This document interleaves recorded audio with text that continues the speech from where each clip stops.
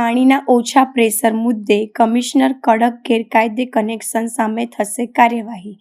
દર મંગળવારે યોજાતી રિવ્યૂ બેઠકમાં શહેરના વિવિધ વિસ્તારોમાં પાણીનું પ્રેશર ઓછું આવવાની ફરિયાદો મુદ્દે મ્યુનિસિપલ કમિશનર અરુણ મહેશ બાબુએ કડક વલણ અપનાવ્યું છે.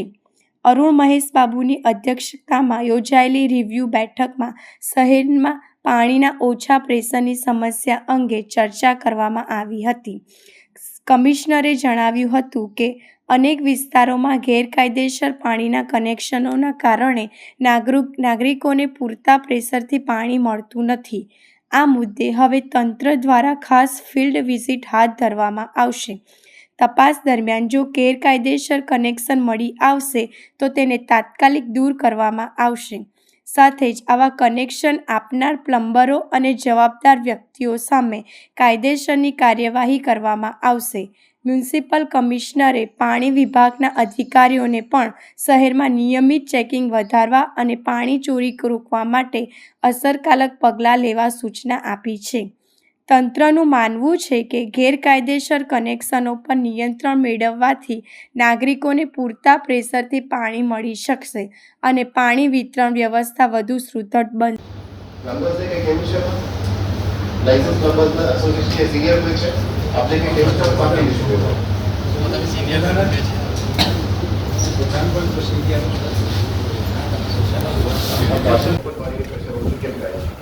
અને આ પાણીનું પરમિશન આપતા રેસિડેન્ટ એન્જિનિયર જશે ને ત્યાં કનેક્શન માટે વોટર સપ્લાય ડિપાર્ટમેન્ટ એ છે વોર્ડમાંથી, પણ વોર્ડમાંથી કોણ આપે છે? But then why are you not checking duplicate connections? બધા ડી તમે ખાતરી કહી શકો છો કે એક પણ મકાનમાં ડબલ કનેક્શન નથી? કોઈ નથી. કનેક્શન સર છે ને વેરા પાવતી ઉપર આવતા હોય છે. એ વેરા પાવતી હોય તો બે કનેક્શન હોય, એક વેરા પાવતી ઉપર એક કનેક્શન. ઠીક છે, તો એક વેરા પાવતી ઉપર એક કનેક્શન અને બે હોય તો બે, પણ બે વેરા પાવતી આવશે કેમ? That is okay. See, if it is legal, I am okay with that. What about illegal connections? Illegal connections ની શું વાત કરું છું? illegal connection આપનાર કોણ? આજે ખાસ કરીને રિવ્યુ બેઠકમાં જે પ્રી મોન્સૂન એક્ટિવિટીઝ બાબતમાં ચર્ચા કરવામાં આવી છે. આપ જાણો છો કે પ્રી મોન્સૂન એક્ટિવિટીઝના એક ટ્રાયલ પણ ગઈકાલે થઈ છે રાતમાં. અમે આખું ટીમ સતત ફિલ્ડમાં જ કામ કર્યા હતા. ખાસ કરીને ફાયર ટીમ, ગાર્ડન ટીમ દ્વારા જેટલા પણ ઝાડો, લગભગ 40 ઉપર ઝાડ પડી હતી, એને પણ દૂર કરવામાં આવ્યું છે. તો એક બે જગ્યામાં પોલ પણ પડેલી હતી, એ બધું અમે કોર્ડિનેટ કરીને દૂર કર્યું છે.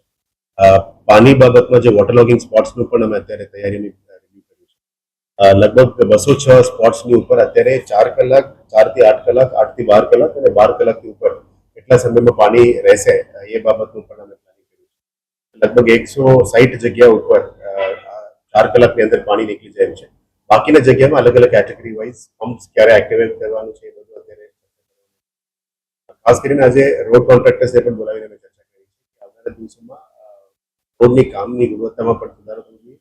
પેચેસ થાય તો તરત જ એને એફડીઆર ટેકનિકથી એને દૂર કરવી જોઈએ. અને વોર્ડ્સમાં પણ અમે એઆરસી લાવવા માંગીએ છીએ.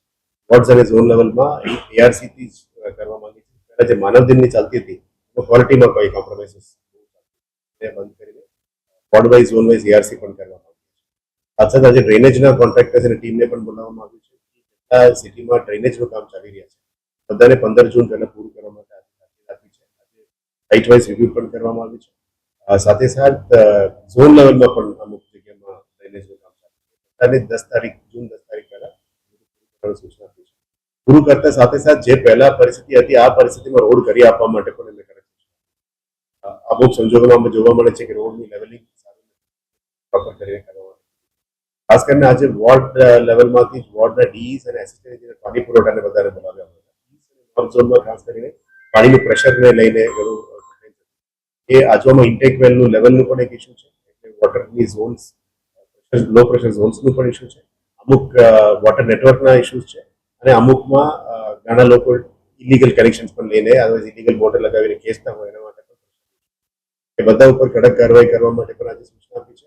જે ઇલીગલ કનેક્શન આપનાર પ્લમ્બર્સ ઉપર પણ કાર્યવાહી કરવા માટે જે પણ એસિસ્ટન્ટ એન્જિનિયર્સ ફિલ્ડમાં સવારે નીકળતા નતા એ બધાને વોર્નિંગ સવારે 7:30 to 8:30 તમામ એસિસ્ટન્ટ એન્જિનિયર્સ ડી સેક્શન ફિલ્ડમાં રહે જેથી કરીને પબ્લિકનો જે રજૂઆતો છે એ સાંભળીને સવારે નિકાલ કરવા માટે ખાસ કરીને વોટર પ્રેશર, વોટર કન્ટામિનેશન, ડ્રેનેજની સમસ્યાઓ અને સફાઈની સમસ્યાઓ માટે કામગીરી કરવાના છે.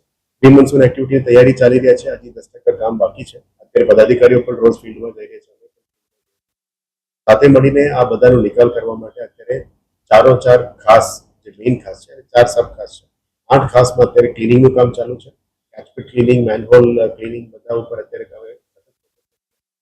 પાણી ભરે તો કેવી રીતે મેઇન સ્ટોર્મ વોટર ડ્રેનેજ લાઇનમાં લઈ જવું એના માટે આશા રાખી કે આ વખતે એવું ફરી પરિસ્થિતિ ના આવે. 2025માં અમે સારી રીતે મેનેજ કર્યું છે. આ જ રીતે આ વખતે પણ મેનેજ કરવા માટે પ્લાનિંગ ચાલી રહ્યા છે અને રાજ્ય સરકાર તરફથી પણ કાલે પણ રિવ્યુ છે અને કાલે સાંજે રિવ્યુ પણ છે. એમાં પણ પ્રી મોન્સૂન એક્ટિવિટી બાબતે બ્રીફિંગ છે. પણ ઓવરઓલ સિટીમાં લોકોનું તકલીફ વધારે ના આવે, કોઈને પણ મેજર તકલીફ ના પડે એ બાબતની તૈયારીઓ છે. આપ જાણો છો કે વડોદરા શહેરમાં મોટાભાગના એરિયાઝમાં 4 કલાક સુધી જે પાણી રહે તો ઓટોમેટિક ડ્રેન થતું હોય છે. ઇનિશિયલ પેનિક બટન હિટ ના કરવું જોઈએ. એ માટે તમામને વિનંતી છે. વડોદરા નાગરિકોને પણ વિનંતી છે કે આપ સહયોગ આપી રહ્યા છો. એવા સહયોગ આપશો તો તંત્ર